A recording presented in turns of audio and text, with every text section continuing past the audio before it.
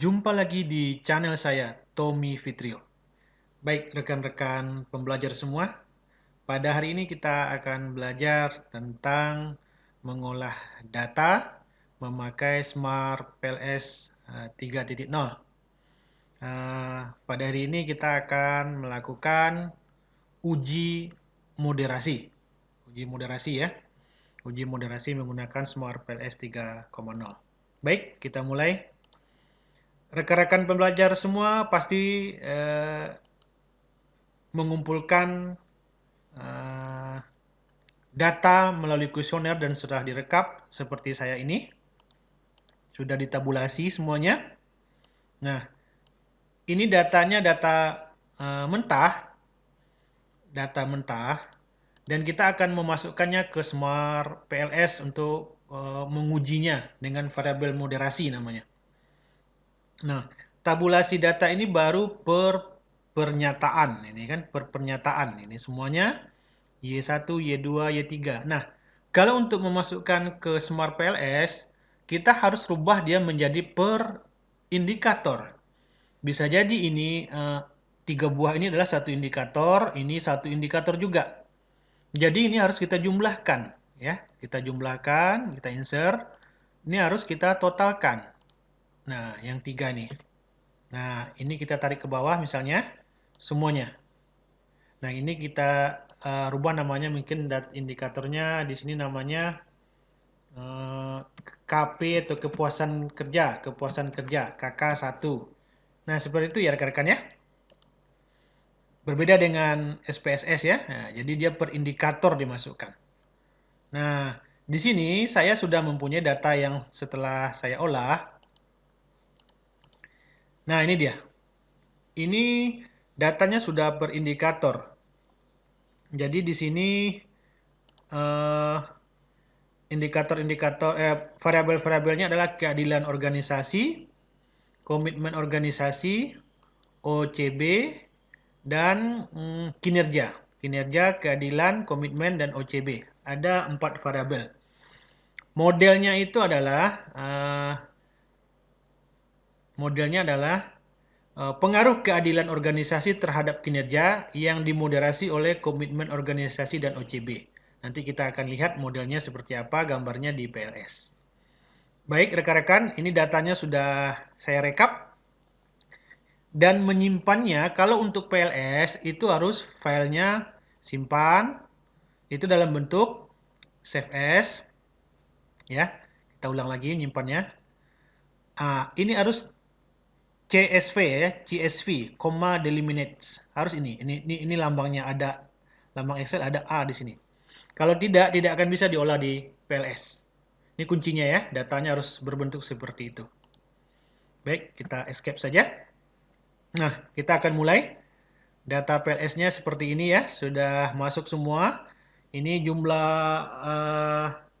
responden semuanya 149 respondennya 149, dan variabel kepuasan kinerja pegawai ini ada 6 indikator, 1 2 3 4 5 6. Komitmen organisasi ada 3 indikator, 1 2 3, dan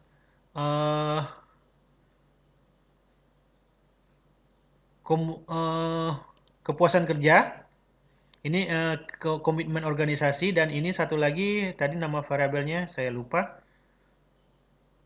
OCB ya, OCB, Organizational Citizenship Behavior, dan ini komitmen organisasi, keadilan organisasi, dan ini komitmen organisasi. Baik, kita langsung olah. Kita close ini dulu. Nah, ini kita close juga. Kita cancel dulu karena kita butuh nanti untuk nama-nama variabelnya. Kita langsung buka PLS. Nah, ini sudah jendela kerja PLS. Kita ambil new project. Kita ketik, misalnya ini project Tommy 1. Kita oke-kan. Nah, ini dia sudah muncul di sini. Project Tommy 1. Nah, kita impor datanya dulu. Kita double klik. Nah, kita simpan di mana tadi?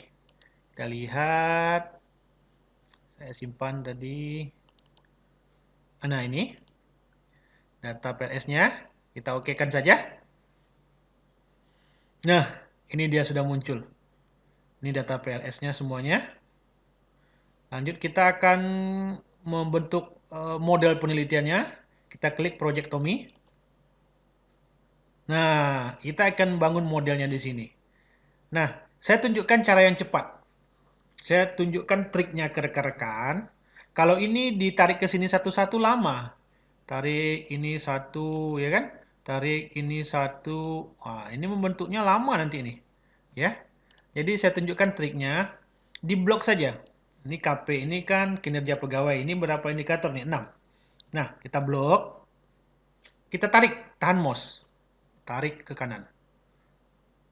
Yes, sudah selesai. Nah, ini kita atur sedikit. Nah, oke dia. Nah, oke, kita tarik-tarik sedikit. Selanjutnya, ini variabel apanya ya? Variabel endogennya. Eksogennya itu adalah keadilan organisasi. Kita tarik. Keadilan organisasi ada 3. 3 indikator. Nah, kita luruskan ya. 3 indikator keadilan organisasi. Selanjutnya, komitmen. Komitmen ini ada 3 indikator juga. Kita tarik juga. Iya. OCB. OCB ada 5 indikator. Kita tarik juga. Iya. Ini kita susun, kita rapikan. Nah, kita rapikan dulu. Biar cantik dia. Ya, kita klik kanan. Pindahkan ke atas. Ini kita klik kanan, pindahkan ke bawah indikator dari variabelnya. Kalau sudah cantik, belum? Kita percantik lagi susunannya. Nah, saya rasa sudah cantik. Nah, kita rubah namanya lagi. Ini keadilan organisasi. Kita rename, klik kanan, rename. Keadilan organisasi. Oke. Nama variabelnya ini kom. Berarti ini adalah variabelnya komitmen organisasi. Komitmen organisasi. Dan ini adalah variabelnya OCB. OCB. Ya, Organizational Citizenship Behavior. Dan ini adalah kinerja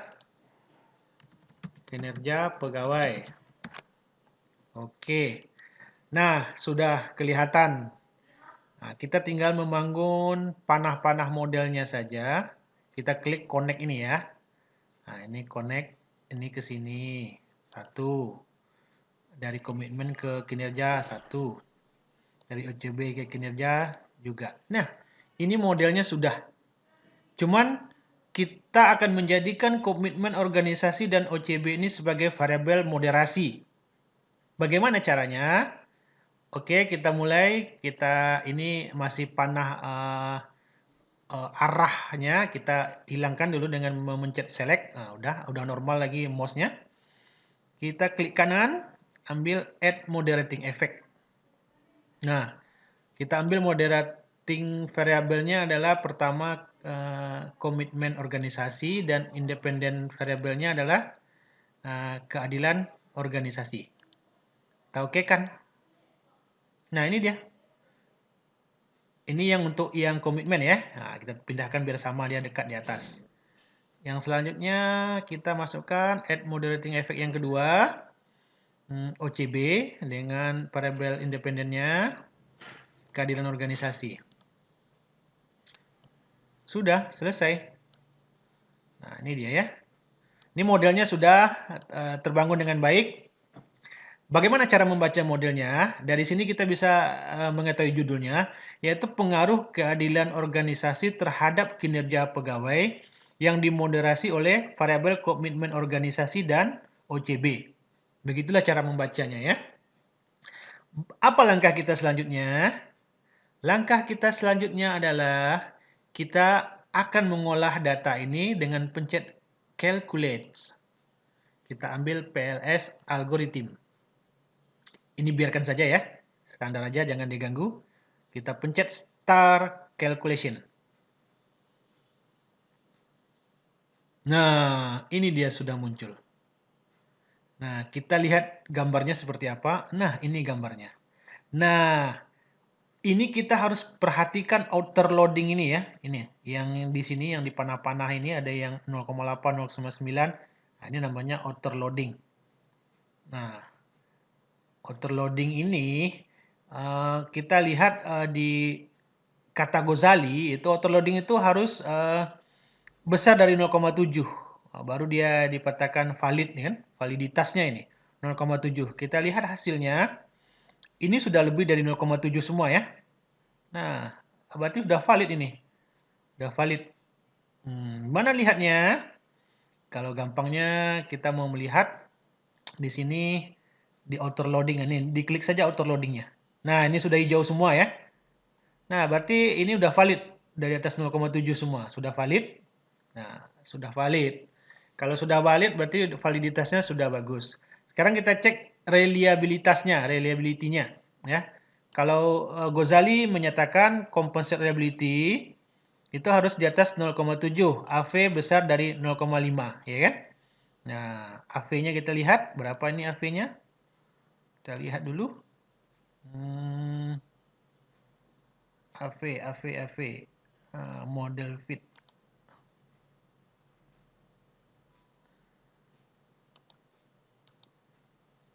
Nah, Cronbach alpha-nya kita lihat. Cronbach alpha. Udah di atas 0,7 semuanya ya. Iya, tidak ada yang di bawah 0,7. Jadi model ini sudah bagus ya. Sudah bagus, sudah bisa kita lanjutkan. Nah, kita lanjutkan dengan mengolah selanjutnya adalah bootstrapping. Kita lakukan olah bootstrapping, kita pencet. Ini biarkan saja. Start calculation. Nah, ini hasilnya. Rekan-rekan bisa lihat hasil variabel moderasinya semuanya nampak di sini. Nampak juga. Nih. Keadilan organisasi ke kinerja pegawai ini berpengaruh. P-value-nya kecil dari 0,5, hijau. OCB ke kinerja pegawai juga berpengaruh. Nah, ini lihat. Komitmen organisasi ke kinerja pegawai ini tidak berpengaruh. Di atas 0,5, delta statistiknya di bawah 1,96 ya. Nah, moderating effect pun juga tidak berpengaruh. Nah, ini hasilnya. Ya, bisa dilihat. Artinya apa? Artinya di sini keadilan organisasi itu berpengaruh secara langsung terhadap kinerja pegawai. Dan OCB juga berpengaruh terhadap kinerja pegawai secara langsung.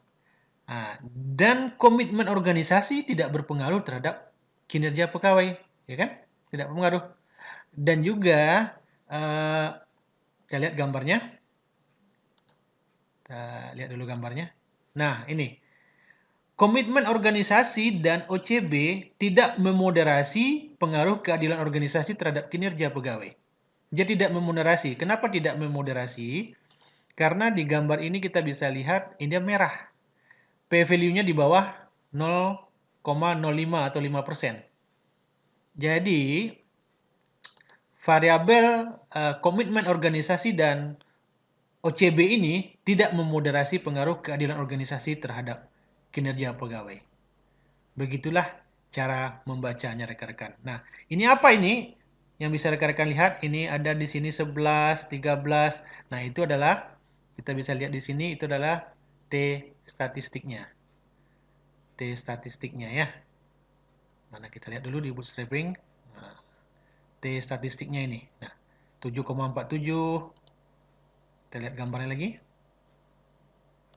Nah, ini 7,47. Ini T statistiknya. Kalau dia besar dari 1,96, nah, berarti dia berpengaruh. Kalau kecil dari 1,96 berarti dia tidak berpengaruh. Ini kan berarti kan tidak memoderasi dia. Nih, 0,0 berapa lagi nih? 0,047 tidak memoderasi dia. Mungkin itu saja pembelajaran kita hari ini kawan-kawan. Kawan-kawan sudah bisa melakukan uji moderasi. Mudah-mudahan ini membantu rekan-rekan pembelajar yang sedang melakukan penelitian, tugas akhir, skripsi, tesis maupun disertasi. Baik, terima kasih. Jumpa lagi nanti di video-video kami berikutnya.